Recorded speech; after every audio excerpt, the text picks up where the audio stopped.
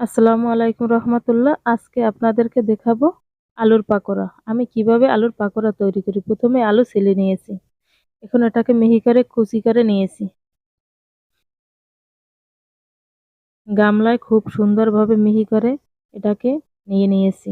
এখন এর ভিতরে দিয়ে দেবো ভাজা জিরার গুঁড়া, ধনেপাতা কুচি, 2টা ডিম, পেঁয়াজ কুচি, কাঁচামরিচ কুচি, কর্নফ্লাওয়ার, আটা, মরিচের গুঁড়া, ধনিয়ার গুঁড়া, লেবু,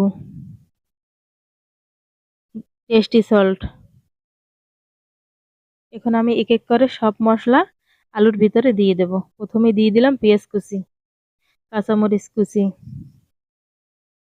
এখন দিয়ে দিলাম ধনেপাতা কুচি, এখন দিয়ে দিলাম ভাজা জিরার গুঁড়া, ধনিয়ার গুঁড়া, মরিচের গুঁড়া, এখন দিয়ে দিলাম টেস্টি সল্ট। এখন এটাকে ভালো করে আলুর সাথে মেখে নিতে হবে,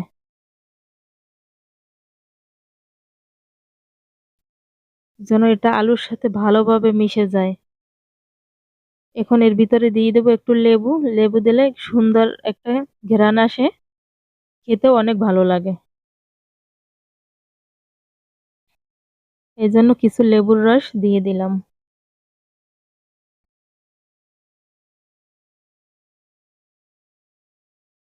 এটাকে ভালোভাবে সবকিছুর সাথে মিশিয়ে নিতে হবে।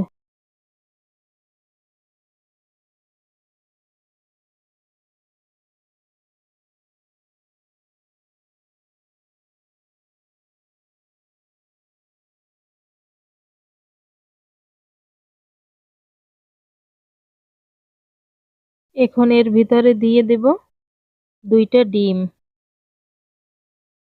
কেউ আলুর সাথে ভালোভাবে মেশাতে হবে।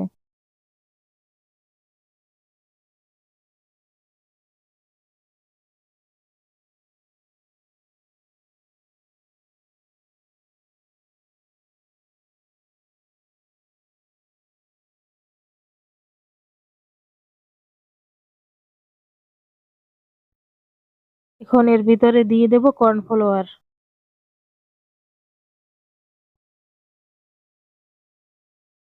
এটাকেও সুন্দরভাবে মেখে নিতে হবে।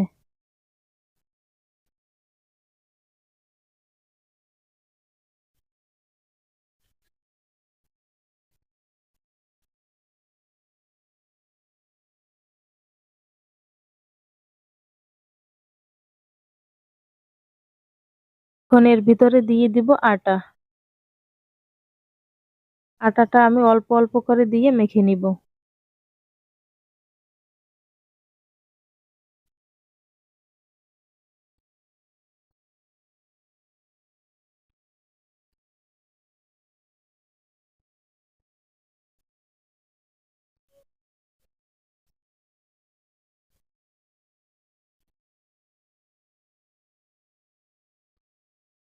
সুন্দর করে মাখানো হয়ে গেছে। এখন এর ভিতরে দিয়ে দেব একটু লবণ। আমি টেস্টি সল্ট নিয়েছি, সে কারণে লবণ একটু কম দিছি।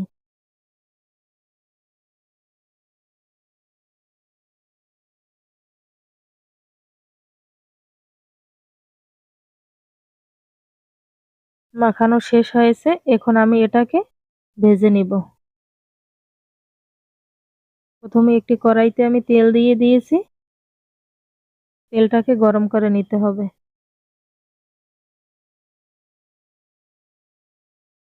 আমার তেল গরম হয়ে গেছে, এখন এর ভিতরে দিয়ে দেব পাকোড়া। এটাকে হালকা আঁচে সুন্দরভাবে ভেজে নিতে হবে।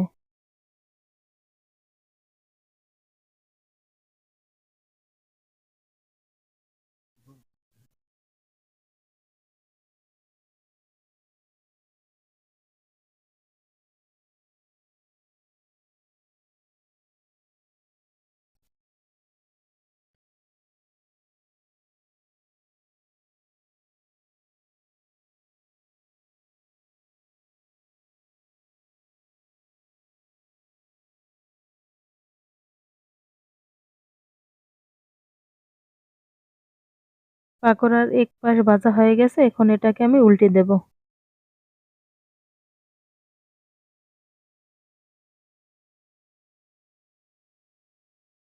এটা খেতে খুবই অসাধারণ। এটাকে সসের সাথে, বিট লবণের সাথে খাওয়া যায়। খেতে খুবই ভালো লাগে। আমরা চাইলে এটাকে বিকেলে নাস্তা হিসেবেও রাখতে পারি। খুবই মুসমুসে হয়েছে, কালারটা অনেক সুন্দর এসেছে। এভাবে আপনারাও বাসায় ট্রাই করে দেখতে পারেন। আমার ভিডিওটি যদি ভালো লেগে থাকে অবশ্যই সাবস্ক্রাইব করে দেবেন। আল্লাহ হাফেজ।